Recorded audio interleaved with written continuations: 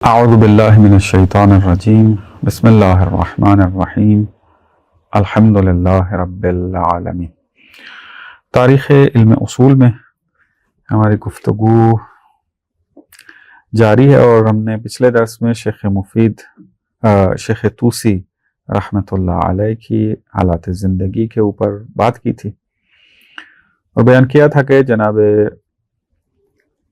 شیخ طوسی نے علم اصول کے اندر ایک کتاب تدوین کی تھی جس کا نام تھا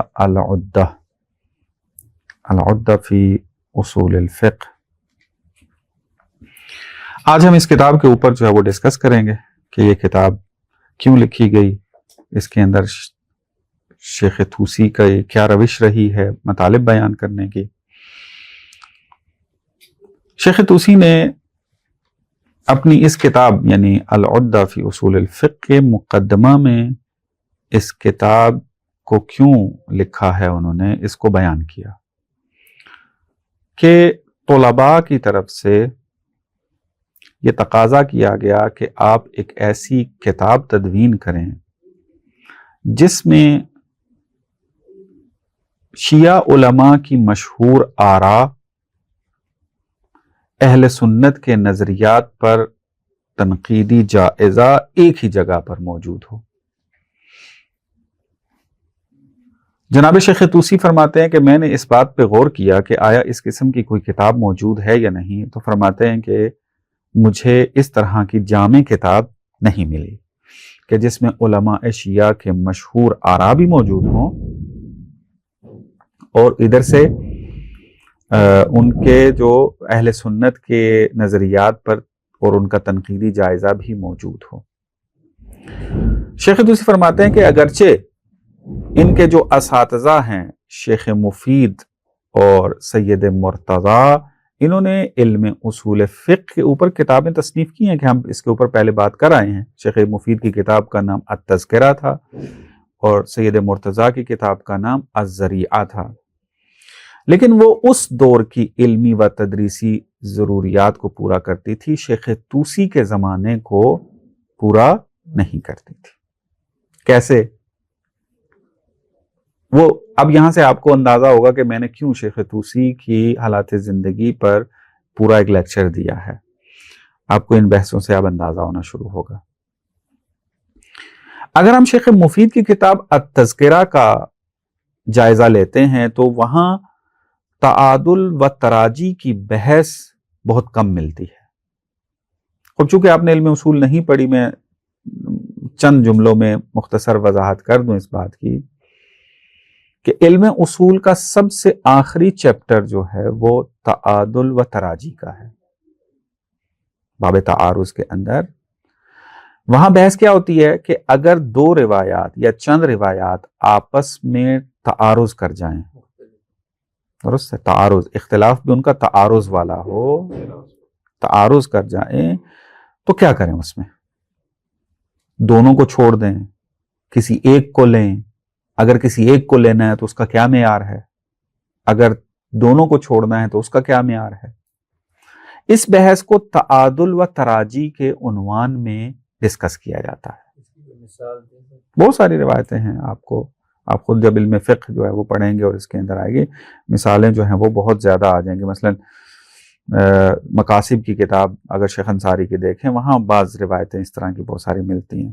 جیسے یہ مرجیت کے یعنی اجتہاد کا ایک روایت میں منع کیا گیا، ایک میں یہ تو اس اعتبار سے بحث ہے کہ اجتہاد کے جواز یا عدم جواز میں فقہی اعتبار سے اگر ہم دیکھیں تو ہمیں بہت ساری ایسی روایت ملیں۔ مثلا آپ دیکھیں کہ کل آپ کی خدمت میں بیان کیا تھا کہ شیخ طوسی نے جو کتب اربعہ میں سے ایک کتاب تدوین فرمائی ہے الاستبصار، وہ انہی روایات کے اوپر مشتمل ہے کہ جو ظاہری طور پر آپس میں تعارض رکھتی ہیں۔ اب شیخ طوسی نے ان روایات کو ذکر کر کے پھر ان کے اندر ترجیح دی ہے کہ میں اس روایت کو قبول کرتا ہوں، اس بنیاد پہ قبول کرتا ہوں، یا جمع کرتا ہوں۔ جمع کیسے کیا جاتا ہے؟ یہ اس طریقے سے، مثلا ایک روایت کے اندر جو ہے وہ نہیں آئی ہو، روکا گیا ہو کہ یہ کام مت کرو، اور ایک روایت میں اس کا جواز آیا ہوا ہو، اسی کام کا جواز آیا ہو. تو اب یہاں پہ بحث یہ ہوتی ہے کہ یہ روکنے والی روایت اور جائز قرار دینے والی روایت جو ہے یہ آپس میں تعارض رکھتی ہے نا. یہ جائز ہے جائز نہیں, اگر روک رہی ہے تو جائز نہیں ہے, اگر جائز ہے تو پھر روکا کیوں گیا؟ تو کیا کریں, اس کو چھوڑ دیں, وہ اس قاعدے پہ عمل کریں, اذا تعارض تساقطا, یعنی اگر تعارض ہو جائے تو ساقط ہو جائیں گے, یا نہ ترجیح دیں گے ہم کسی ایک روایت کو لیں گے یا جم کریں گے ان کے درمیان. تو اگر وہ پھر ایک قاعدہ یہاں موجود ہے کہ الجمع مہما امکن, جب تک جم آپ کے لیے ممکن ہو تو اس وقت آپ اس کو جم کریں. یہاں کیا کرتے ہیں, یہاں جم ممکن ہے, مثلا وہ کہیں گے کہ نہیں جو ہے اس کو کراہت پہ حمل کریں گے, حرمت پر نہیں. نتیجہ سمجھ میں آ گیا کہ دو روایتیں ظاہراً آپس میں ٹکرا رہی تھیں, لیکن اصولی قواعد کو مد نظر رکھتے ہوئے اس میں جم کیا تو آپ فتویٰ کراہت کا دیں گے کہ یہ چیز جو ہے وہ مکروہ ہے. اسی وجہ سے ایک روایت میں نہیں جو روکا جا رہا ہے وہ کراہت کو مد نظر رکھ کے روکا جا رہا ہے, اور جو جواز والی روایت ہے وہ چونکہ مکروہ ہے, حرام نہیں ہے, اس لیے جواز کی بات جو ہے اس میں چل رہی ہے. بہرحال یہ تفصیل آپ علم اصول میں پڑھیں گے. ابھی چونکہ میں یہ ساری مباحث یہاں کھولنے لگ گیا تو پھر ہم اپنے درس سے ہٹ جائیں گے اس میں. خوب, شیخ طوسی علیہ رحمہ کی کتاب التذکرہ میں تعادل اور تراجی کی مباحث انتہائی مختصر تھیں. کیا وجہ تھی اس کی؟ میں نے کل آپ کے خیال میں بیان کیا تھا, کیونکہ اس وقت قرائن موجود تھے, کتابیں موجود تھی, روایات کے ٹکراؤ کا احساس نہیں ہوتا تھا, چونکہ پتا تھا اس روایت کے اوپر قرینہ کیا ہے, یہ حرمت پہ دلالت کر رہی ہے, کراہت پہ دلالت کر رہی ہے, وجوب پہ دلالت کر رہی ہے, جواز پہ دلالت کر رہی ہے, استحباب پہ دلالت کر رہی ہے, مثلا اس قرائن سارے موجود تھے اس وقت. تو لہٰذا تعادل و تراجی کی بحث کرنے کی ضرورت محسوس نہیں ہوتی تھی, بہت کم روایات تھیں, اور بہت اسی وجہ سے چونکہ ضرورت کا احساس نہیں تھا تعادل تراجی کی بحث جو ہے وہ کی جاتی تھی. لیکن شیخ مفید جب نجف میں مقیم ہوئے, جب نجف کے اندر پہنچے تو سکوت بغداد ہو چکا تھا.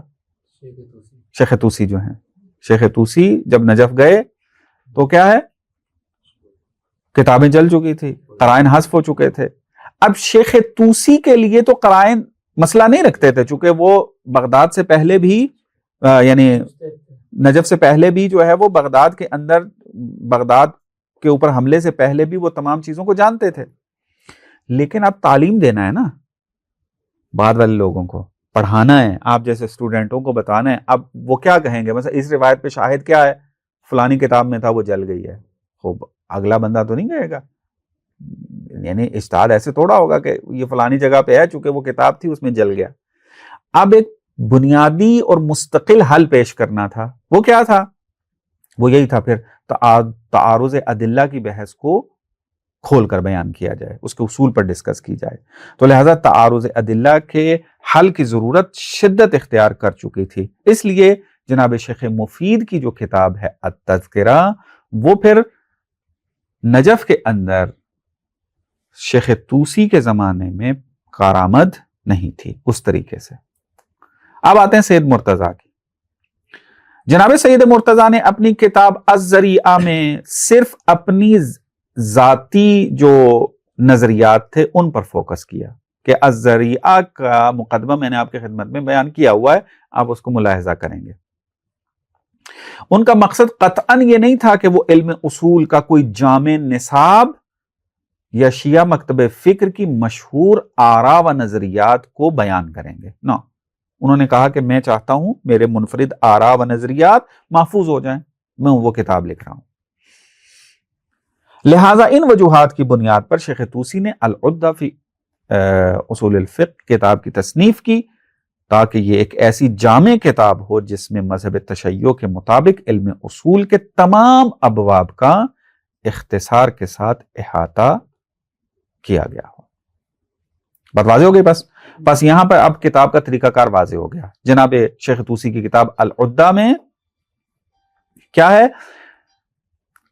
اس میں شیعہ مکتبہ فکر کے مشہور آراء کو نمایاں کیا گیا کیونکہ مشہور آراء کو ذکر کرنا تھا.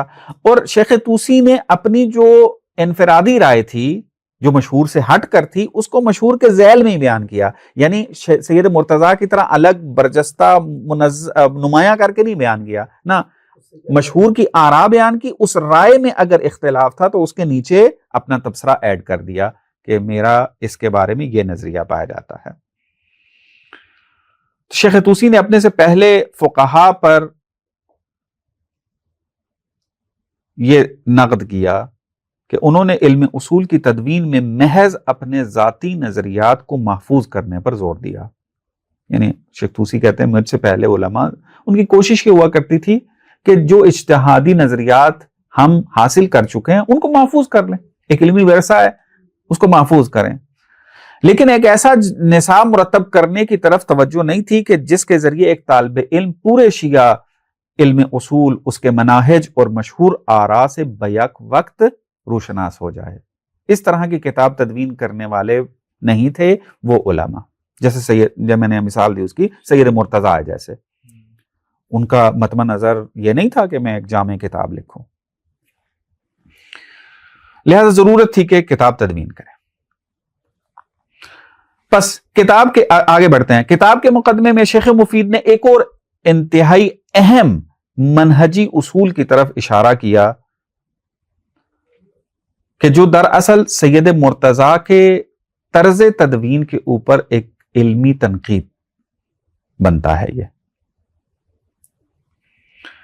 سید مرتضیٰ نے کیا کیا؟ آپ نے وہ میرے خیال درس ابھی ملاحظہ نہیں کیا ہوگا. سید مرتضیٰ نے الذریعہ کے اندر اس کو بیان کیا چونکہ ہمارا علم اصول مربوط ہے علم کلام کے ساتھ، لہذا کلامی مباحث کو بیان ہونا چاہیے علم اصول کے اندر. چونکہ کلامی مباحث میں اگر آپ اپنا نظریہ واضح اور مشخص طور پر انتخاب نہیں کریں گے تو اصول کے اندر اپنی رائے کو صحیح طریقے سے بیان نہیں کر سکتے. میں نے تفصیل سے سید مرتضیٰ کی جو ہے اس کے ذیل میں اس کو بیان کیا ہے. تو انہوں نے علم اصول کے اندر علم کلام کو بیان کیا، علم کلام کے بعض نظریات کو جو علم اصول سے ربط رکھتے تھے، جو استنباط کے اندر اپنا کردار رکھتے تھے، کہ اس کا تذکرہ کیا ہے. تو جناب شیخ طوسی جو ہیں اس بات کو تسلیم کرتے ہیں کہ علم اصول فقہ کی بنیاد اصول دین اور علم کلام پر استوار ہے، اس بات کو قبول کرتے ہیں، اور کلامی مبانی سے ہم آہنگی کے بغیر اصولی فہم درست نہیں ہے. شیخ طوسی قبول کرتے ہیں. تاہم ان کا یہ استدلال ہے شیخ طوسی کا کہ علم کلام اور علم اصول کی مباحث کو خلط ملط بھی نہیں ہونا چاہیے کہ آپ اصول کی مباحث میں کلام بھی ڈال دیں. ٹھیک ہے، اب وہاں پہ مشخص کرنا مشکل ہو جائے گا کہ مثلا آپ یہ اصولی بحث کر رہے ہیں یا کلامی بحث کر رہے ہیں، آپ علم کلام پڑھا رہے ہیں یا علم اصول پڑھا رہے ہیں. اس طرح کا خلط ملط بھی نہیں کرنا چاہیے، کیونکہ اگر یہ خلط ملط ہو گیا تو پھر طالب علم کے لیے فہم اور ادراک دشوار ہو جائے گا. اس مشکل کے حل کے لیے شیخ طوسی نے پھر کیا طریقہ اختیار کیا؟ علم عقائد کو کتاب کے آغاز میں الگ حصے کے طور پر بیان کیا، اصول کی مباحث کے ضمن میں بیان نہیں کیا، بلکہ علم اصول کے اندر ہی ایک الگ باب کے اندر عقائد کی مباحث کے جو اصول سے مربوط تھی ان کو ذکر کر دیا. اصول فقہ کے مباحث کو کلامی مباحث سے مکمل طور پر علیحدہ رکھا. لہذا اس کام کی بدولت کہ جو شیخ طوسی نے کیا ہے، اس اعتبار سے اگر ہم دیکھیں تو العدہ فی علم الاصول، عدۃ الاصول جسے ہم مختصر طور پہ کہتے ہیں، شیعہ تاریخ کی وہ قدیمی ترین اور اہم ترین کتاب، اصولی کتاب ہے جس میں اصول فقہ کو کلامی مباحث سے خالص اور مجرد کر کے پیش کیا گیا. چونکہ سید مرتضیٰ نے کلامی مباحث ڈال دی تھی اس کے اندر، شیخ طوسی نے آ کر اس کو جدا کر دیا. انہوں نے کہا ضرورت ہے لیکن اس کو الگ کر کے الگ پڑھو، ضمن میں نہیں. شیخ طوسی کے اس طرز عمل کا باقی بعد والے زمانے پر بھی کافی اثر مترتب ہوئے. سید مرتضیٰ کا زاویہ نگاہ یہ تھا کہ کلامی اور فلسفیانہ مبانی جو ہیں ان کے بغیر وضع کیے گئے اصولی قواعد ناقص رہ جاتے ہیں. اسی لیے وہ دونوں علوم کو ساتھ لے کر چلتے تھے. جیسے مثلا احکام وضعیہ کے اندر علت و معلول کی بحث کرنا، کہ جب آپ علم اصول پڑھیں گے احکام وضعیہ کی حقیقت، حلقہ اولا ثانیہ میں اتنا زیادہ بحث نہیں آئے گی، ثالثہ میں آ کر آپ کو احکام وضعیہ کے اوپر بہت تفصیل سے گفتگو ملے گی. اگر آپ نے شہید صدر رحمۃ اللہ علیہ کی کتاب حلقات کو پڑھا آپ نے، تو وہاں آپ کو پتہ چلے گا کہ علت و معلول کا احکام وضعیہ کے ساتھ کیا تعلق ہے. اب علت و معلول بحث جو فلسفی ہے، احکام وضعیہ بحث کون سی ہے؟ اصولی ہے. تو احکام وضعیہ کے ذیل میں علت و معلول کی بحث کرتے ہیں سید مرتضیٰ. تاہم شیخ طوسی سے شروع ہونے والے جو علوم کی یہ علیحدگی ہے، رفتہ رفتہ ایک ایسی شکل اختیار کر گئی کہ موجودہ دور کے جو حوزات علمیہ ہیں وہ عقائد اور اصول فقہ کی تعلیم مکمل طور پر جدا کر دی انہوں نے. جیسے آپ ہیں ابھی، اصول بالکل جدا، علم کلام بالکل جدا. آپ نے اگر کلام پڑھنا ہے تو الگ کتاب تدریساً پڑھنی پڑے گی. علم اصول میں آپ کو کوئی کلامی بحث پڑھائی نہیں جاتی. پھر جو انہوں نے بات مطلب کہ مانی تھی شیخ طوسی نے کہ ان کا علم اصول کا کلام سے ربط ہے، تو پھر اس کو پھر عرض کرتا ہوں اس میں، اور اس میں عرض یہ کیا نا، الگ اصول ہی کے اندر الگ باب میں علم کلام کی بعض بحثیں ڈالی ہیں. اس کا نتیجہ کیا نکلا؟ میں اس کو معاصر زمانے کے ساتھ ربط دے رہا ہوں. اس کا نتیجہ کیا نکلا؟ یہ نکلا کہ علم کلام اور فلسفے سے واقف نہ ہونے کے سبب بعض اوقات دور حاضر میں ایسے اصولی قواعد وضع ہو گئے کہ جس کا رجحان شیعہ کلامی مبانی کی بجائے مکتب اشاعرہ کی طرف ہو گیا، جو کہ اہل سنت کا مکتب تھا. علم اصول میں آپ ایک بحث کریں گے حسن و قبح. حسن و قبح عقلی ہے یا عقلی نہیں ہے؟ شرعی ہے. اشاعرہ شرعی کے قائل ہیں، امامیہ عقلی کے قائل ہیں. علم اصول کے اندر تفصیل سے بحث ہوتی ہے، اور ہمارے بعض اعلام جو ہیں وہ اس طریقے سے حسن و قبح کی بحث کرتے ہیں کہ جو شرعی کی طرف لے جاتا ہے. اور شرعی کس کا مبنی ہے؟ اشاعرہ کا. فرماتے ہیں یہ بعض اوقات یہ جو رجحان ہے اس طرف بننا، وہ کس وجہ سے ہے؟ چونکہ کلامی اور فلسفی مبانی سے آشنا نہیں ہے. لہٰذا تعلیمی اور تدریسی اعتبار سے یہ زیادہ مناسب ہے کہ علم اصول کی تدریس کے دوران کلامی مباحث کا ذرا مختصر تذکرہ ہو، اس کو جانیں اور بحث کریں، یعنی علم اصول ہی کے ذیل میں بحث ہو. لیکن یہ ایک بحث ہے، ابھی تک علم اصول کے اندر یہ بحث چل رہی ہے کہ کیا کریں، بحث ڈالیں نہ ڈالیں. اس کے اندر اس کا طریقہ، میں جو جس بات کے نتیجے پہنچا ہوں اس کو، اصول کے اندر کلامی بحثیں اور فلسفی بحثیں نہیں ہونی چاہیے. الگ سے شیخ طوسی نے جیسے کیا تھا یہ طریقہ کا درست ہے، لیکن اتنا بھی الگ نہ ہو کہ پھر طالب علم جو ہے وہ محسوس ہی نہ کرے کہ کلام اور فلسفے کی ضرورت ہے علم اصول کے لیے. اس کا احساس ہی اس کے ختم ہو جائے گا، نہیں ہے مثلا ضرورت نہیں ہے، فقط اصول پڑھے اس کے اندر آ کے، یعنی کلام پڑھے ہی نہ، فقط زندگی میں اصول پڑھتا رہے آ کر. ظاہر سی بات ہے اس میں کلامی ہمارے جو اصولی مبانی ہیں اس کے اندر علم کلام کی تاثیر بہت زیادہ ہے. تو علم کلام اگر مبانی ہمارے حل نہیں ہوگے تو علم اصول کے اندر غلط نتیجے پر پہنچیں گے. تو یہ ضرورت ہے کہ کلام کو ساتھ ساتھ لے کر، لیکن علم اصول کے اندر کلامی مباحث کو تفصیل سے ڈسکس کرنا یہ بھی ایک بلا وجہ ایک اضافے کا سبب بنتا ہے. پھر طالب علم جو ہے اس کو نہیں سمجھ لگتی، بالآخر میں کلام پڑھ رہا ہوں، فلسفہ پڑھ رہا ہوں، اصول پڑھ رہا ہوں. کیونکہ مثلا طلب و ارادہ کی بحث، ابھی آپ جو علم اصول نہیں پڑھ رہے، اگر پڑھی ہوتی تو میں آپ کو مثالیں دیتا اس کی. مثلا عوامر کی بحث جب کریں گے آپ علم اصول میں جا کے، تو وہاں پر طلب و ارادہ کی بحث جو ہے وہ دقیق ترین فلسفی بحث ہے، اس کو کفایہ کے اندر بیان کیا جاتا ہے. اصول مظفر کے اندر بھی بعض جگہ اس کا تذکرہ جو ہے وہ کیا جاتا ہے، یا باقی اصول کی جو کتابیں ہیں اس میں کیا جاتا ہے. اب اس کو پڑھنے کے بعد ایسے لگ رہا ہوتا ہے جیسے علم کلام انسان پڑھ رہا ہے، فلسفہ پڑھ رہا ہے، جیسے اصول نام کی تو چیز ہی نہیں ہے وہاں پہ. اور تفصیلی ترین پھر وارد ہوتے ہیں. درس قاری میں تو طلب و ارادہ کی بحث کئی مہینے پھر چلتی ہے، یعنی پھر وہ یعنی درمیان میں کوئی بندہ آگے بیٹھ گیا ہے نا درس میں، وہ اس کو نہیں لگے گا کہ میں اصول پڑھ رہا ہوں، وہ یہ کہہ رہا کہ استاد میرا علم کلام و فلسفہ جو ہے نا وہ تدریس کر رہا ہے. بہرحال اس کو اس طریقے سے لے کے چلنا چاہیے کہ نہ ارتباط ختم ہو، درست ہے، اور نہ ہی اتنا زیادہ گڈمڈ کر دی جائے کہ پھر بحثوں کو جدا کرنا اور فوکس ہونا ایک علم کے اوپر وہ ختم ہو جائے. ایسا نہیں ہونا چاہیے. ہم ابھی عدت الاصول کے مقدمے کا کیوں لکھی اس کا ہم نے وجہ جان لی.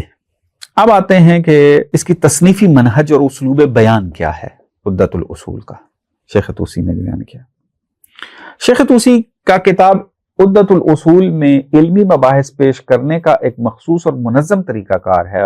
وہ سب سے پہلے زیر بحث مسئلے کا عنوان قائم کرتے ہیں، یعنی کیا بحث ہے، مثلا اوامر، درست ہے، اوامر کے اندر پھر کون سی بحث ہے، مثلا صیغہ امر کا ظہور رکھنا کس بات میں ہے، مثلا اس طریقے سے۔ اس کے بعد پھر وہ کیا کرتے ہیں، علماء شیعہ کے جو مشہور آراء ہیں ان کو بیان کرتے ہیں، اور پھر اہل سنت کے نظریات کو نقل کر کے ان پر تنقیدی جائزہ لیتے ہیں، ان کا ان دلائل کو رد کرتے ہیں۔ یہ نام رکھتے ہیں العدہ، یہ کس مناسبت؟ یہ ہر ایک کا ایک اپنی مد نظر ہوتی ہے، ایک خاص ایک توجہ رکھی ہوتی ہے انہوں نے اس اعتبار سے۔ شیخ طوسی شیعہ آراء کو جب نقل کرتے ہیں تو عموماً اپنے اساتذہ کے نظریات کو ذکر کرتے ہیں۔ کون سے ان کے استاد؟ دو ہیں، شیخ مفید و سید مرتضی۔ دیگر شیعہ اصولی اور فقہا مثلا نوبختی جیسے علماء ان کا حوالہ بعض اوقات شاذ و نادر دیتے ہیں، حتیٰ اگر آپ جا کر جائزہ لیں، تقابلی جائزہ لیں شیخ طوسی کی کتاب العدہ کا اور الذریعہ کا، تو آپ کو بعض جگہ پر بعض مقامات پر لگے گا کہ شیخ طوسی نے 4-5 سطریں من و ان الذریعہ کی نقل کی ہیں۔ دوسرا ایک جو اسلوب ہے شیخ طوسی کا وہ ہے طویل بیان نہ کرنا، مطلب کو جامع رکھنا لیکن طول نہ دینا، بحث کو بلا وجہ لمبا کر دیں یا مثلا ضرورت سے زیادہ جو ہے نا اس کو لمبا کر دینا۔ ایجاز اور اختصار جو ہے العدہ کے اندر انہوں نے مد نظر رکھا۔ مثال کے طور پر جب وہ اس مسئلے پر بحث کرتے ہیں کہ صیغہ امر فوریت پر دلالت کرتا ہے یا نہیں، کہ مثلا کہا گیا کہ آپ کو ایک امر کیا کہ صلی، نماز پڑھو، صیغہ امر ہے۔ اب بحث یہ ہوتی ہے کہ جب میں کہہ رہا ہوں نماز پڑھو تو آیا فوراً پڑھنے کا مراد ہے آپ کا کہ نماز فوراً پڑھنی ہے، یا نہ آپ فاصلے سے بھی پڑھ سکتے ہیں؟ تو ایک بحث علم اصول میں کہ آغا صیغہ امر جو ہے، آیا صیغہ امر فوریت پر دلالت کرتا ہے یا نہیں کرتا، یہ علم اصول میں آپ پڑھیں گے۔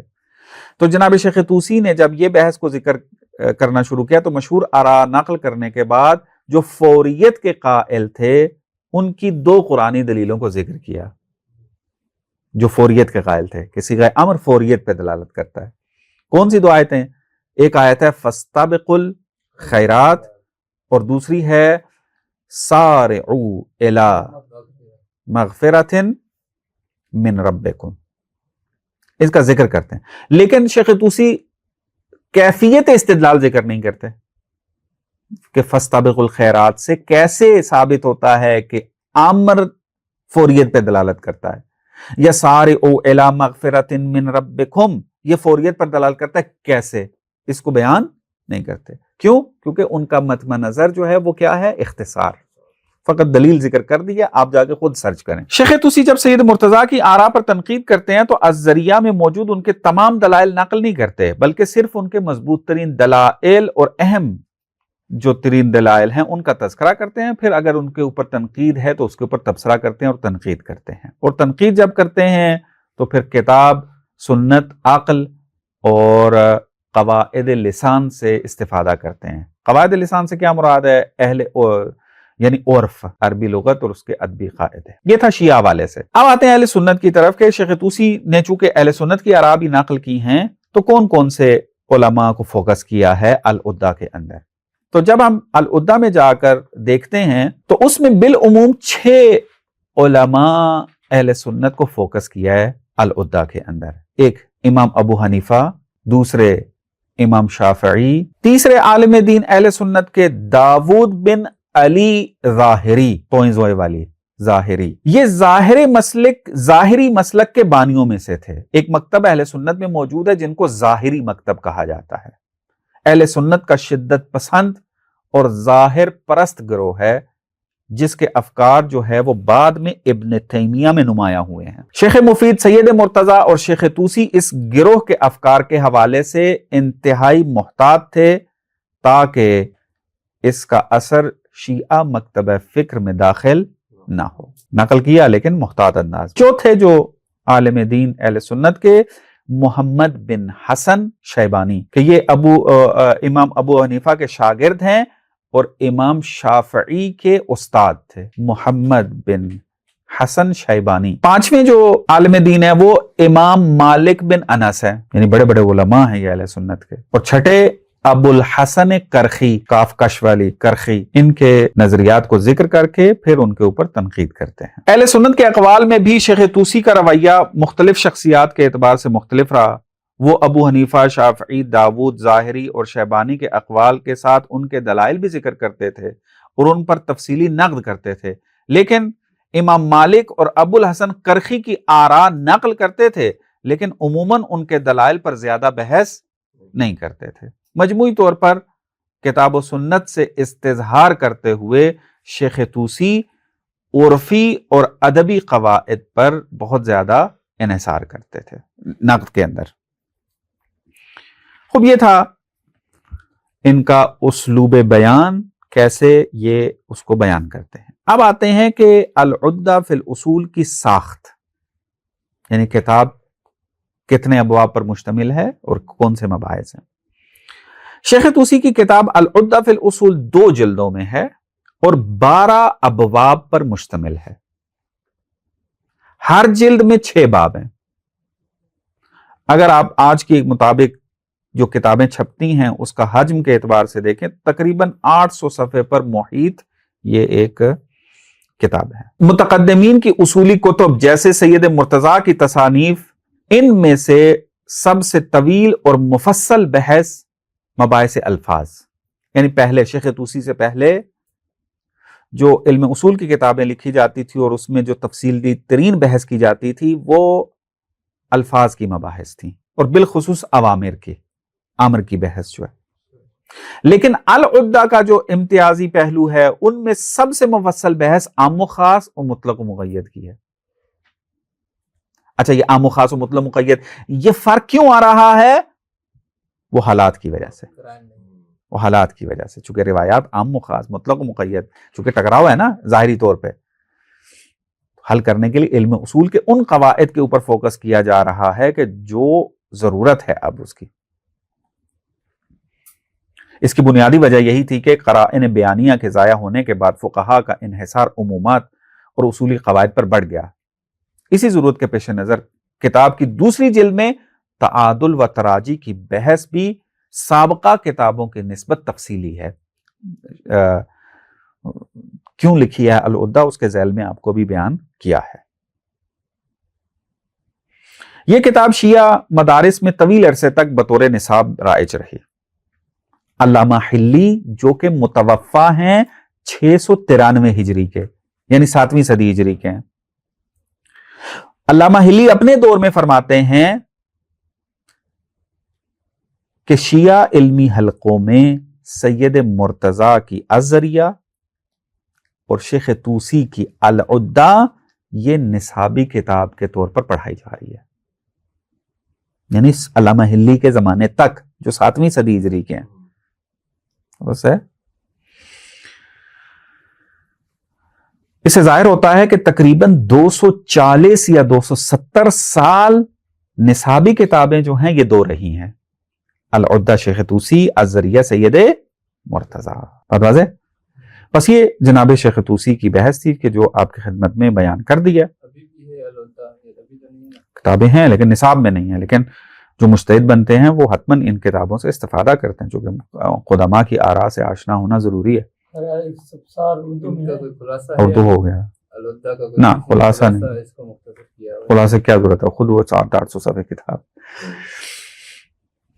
ترجمہ اردو ہماری اصولوں کی کتاب کا نہیں ہوا لیکن استفسار کا ہوا ہے. کتنے کتابیں وہ 8 جلدوں میں کتب اربع میں سے ہے. شیخ طوسی کے وفات کے بعد شیعہ علمی تاریخ میں ایک غیر معمولی صورتحال پیدا ہوئی. کیا پیدا ہوئی کہ پہلے شیخ طوسی تک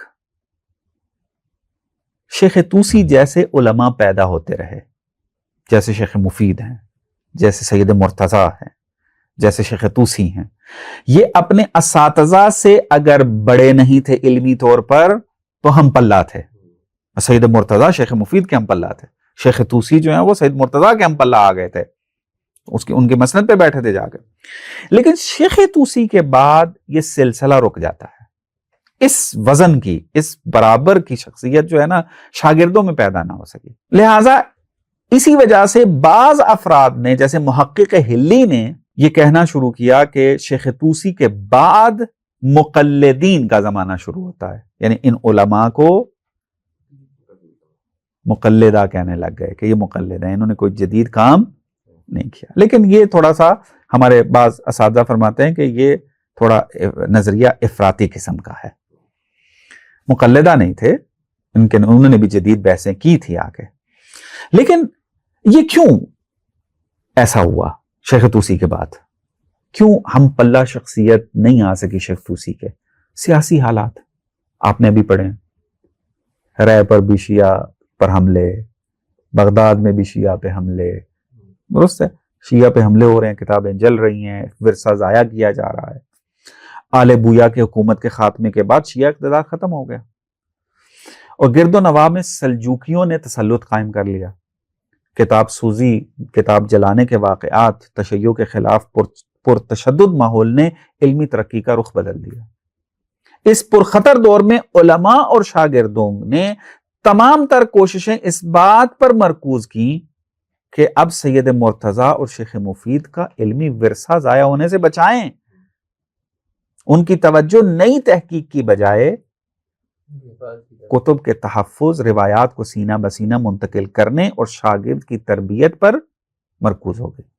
شیخ طوسی کے بعد ان کے فرزند، جن کو مفید ثانی کا لقب بھی دیا گیا ہے، ان کا جو پھر بعد میں حوزہ علمیہ کے زعیم اور پرنسپل بھی بنے، ان کا بیشتر علمی کام اپنے والد کی کتابوں کی تشریح اور ان کے مقاصد کو واضح کرنا اور ان زبانی روایات کو قلم بند کرنے تک محدود رہا جو انہوں نے اپنے والد سے سنی تھی. یعنی سینہ بسینہ نقل ہوا تھا، جو شیخ طوسی نے اپنے بیٹے کو باتیں بتائی تھی ان کو پھر لکھنا شروع کیا. بس اگر اس اعتبار سے دیکھا جائے تو ابن ادریس ہلی نے جو اس دور کو، اس زمانے کو مقلدہ کا دور کہا ہے، یہ تھوڑا جذباتی پن والا جو ہے نا وہ علامہ ابن ادریس ہلی کہ اس کے اوپر اب نے ابھی بات کرنی ہے. ابھی جو سلسلہ ابن ادریس کا شروع ہوگا، ابن ادریس ہلی یہ نواسے ہیں شیخ طوسی کے، کہ ابھی بات اس کے اوپر کریں گے. تو لہٰذا یہ ایک سلسلہ جو ہے شیخ طوسی کا ختم ہوتا ہے اور شیخ طوسی کے بعد ایک برجستہ شخصیت، علماء موجود رہے، جدید مباحث لے کر آتے رہے، لیکن شیخ طوسی کی طراز کی شخصیت، ہم وزن شخصیت پھر پیدا نہ ہو سکی. لہٰذا یہ پورا زمانہ اس کے اندر پھر کوئی عالم ڈسکس نہیں ہوتا، سیدھا پھر آتے ہیں مدرسہ حلہ کے اوپر.